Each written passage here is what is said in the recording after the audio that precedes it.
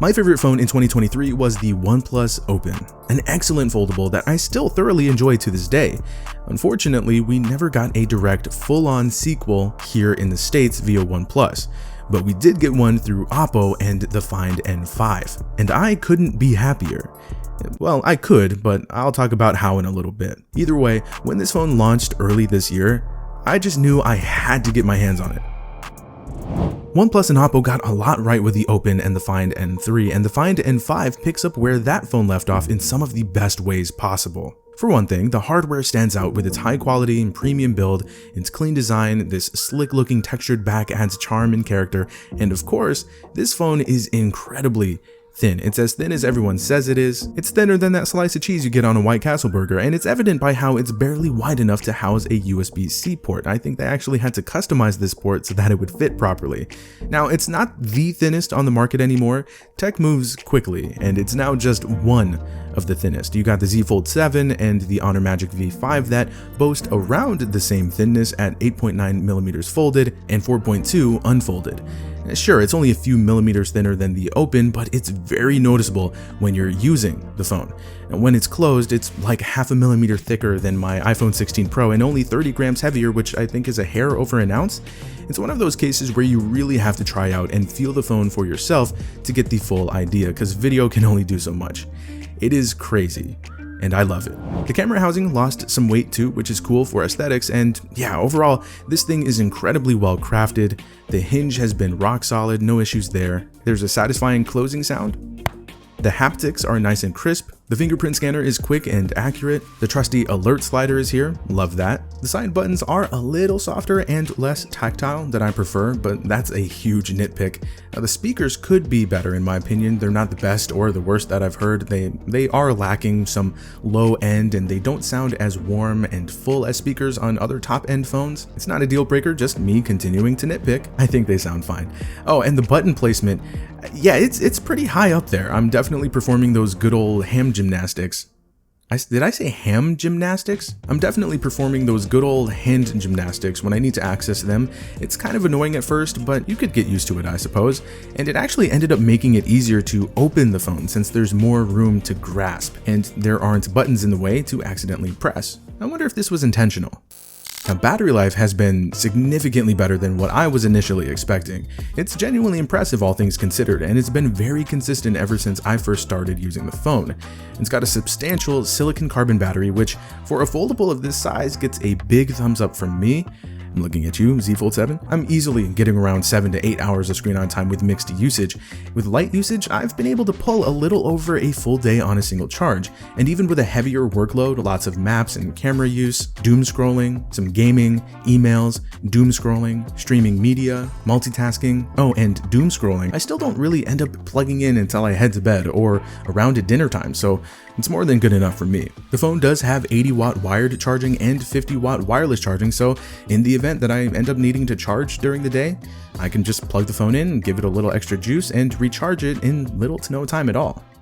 Speaking of charging, when I need to recharge, I do it on this. Huge thanks to NOLA Mattress for sponsoring this portion of the video. Head over to nolamattress.com/Anderson and use my code Anderson to get an extra $50 off your mattress. So yeah, I've been sleeping on the same mattress since I was a little kid, so I desperately needed to get a new one, and this is it. It arrived all nicely rolled up in a box, and it was super easy to set up. I am a side sleeper. I have a tendency to toss and turn, and I run really warm, so I needed something that would help out. I picked their Evolution mattress with a luxury firm and Glacial Tex cooling pillow top options, and ooh-wee when I tell you this joint changed my sleep for the better. I've had mine for a few weeks, and not only do I fall asleep faster, but I stay cooler and I don't wake up all achy and stiff like I often would before. I get good support while getting the right amount of relief. It's kind of like sleeping on a marshmallow that got a PhD in ergonomics and moonlights as a professional hugger. Every night feels like I'm being tucked in by a squad of very polite sheep. It's like being cradled in the armpit of a giant teddy bear who dropped out of medical school to pursue his true passion, competitive snuggling.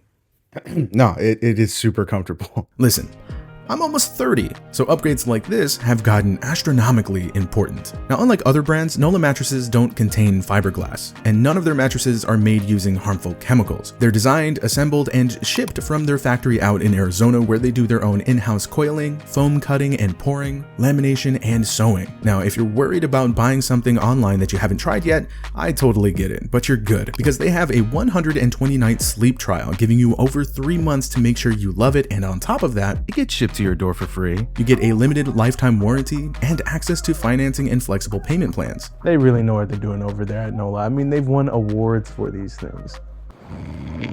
Don't be like me, out here compromising your sleep for forever. If you're looking to upgrade your sleep, head over to nolamattress.com/Anderson and use code Anderson to get an extra $50 off your Nola mattress. Oh, and this discount is on top of what's being offered on their site, so check them out while you can. And tell them I sent you in the post-purchase survey. Thanks again to Nola Mattress for sponsoring this portion of today's video. Alright, so the crease. No, not that crease. This one. It's always going to be a big topic of conversation with these things, isn't it? And, well, I think they did a good job here. Is it completely invisible? No. Is it super noticeable? Not exactly. I mean, you really have to be looking out for it. It never bothered me, and I never found it to be an issue visually or when I'm interacting with it. You might feel differently about this though, I don't know. Regardless, this is one good-looking display. It's a punchy, smooth, and high-quality OLED panel, but it doesn't get as bright as you would hope, peaking at only 2100 nits, so a little lower than what we get out of other foldables, but it is serviceable outdoors. Now the cover display, this peaks at just under 2500 nits, which is nice. This too is a great-looking, smooth, high-end OLED panel, and the usability factor is awesome. The aspect ratio just works, and it's a pretty seamless transition coming over from a traditional phone. That, in tandem with the phone's thinness, makes for a familiar and natural user experience. Nice voice crack. Okay, so the cameras. I like what I'm able to get out of this setup overall. I think they're very reliable, and you can get some excellent results with good color, with that Hasselblad tuning, get good detail and sharpness, dynamic range. Occasionally they'll miss the mark with shadows and contrast and auto white balance, but I didn't find that to be some massive problem. Video footage is pretty solid, albeit a noticeable step behind what we get from iPhones and Galaxy and Pixel devices, but you still get good quality, you get good stabilization, and reasonably smooth transitioning between lenses. I did notice some strange stuttering in the viewfinder while recording video. It didn't happen all the time, and it didn't affect the actual video, which is good. I'm just hoping they fix that soon. You get the usual Color OS software features to mess around with, and a good handful of them at that. You can of course shoot in RAW and tweak the photos in post if you'd like, and there are actually 2 new features that dropped. We got Oppo's version of the Pixel's AI-powered Best Take feature, as well as some new soft light filters for portraits. The portrait family. Sorry. Now, remember how I mentioned that the camera module slimmed it down a little bit? Yeah. Well, that might have helped out with aesthetics. I mean, hooray for a physics-alteringly thin phone, but ultimately, we ended up with a camera array that isn't as good as it could have been. Now, let's not get it twisted. Again, the cameras are good, and it looks like we get improved shots at 3x with this periscope telephoto lens. But other than that, I was absolutely disappointed to learn that collectively, they actually got a downgrade from what the N3 had 2 years ago. I mean, the ultra-wide camera got nerfed to an 8 megapixel shooter, and we're looking at smaller sensors across the board now. Take that along with these samples for what you will. It is a trade-off worth considering.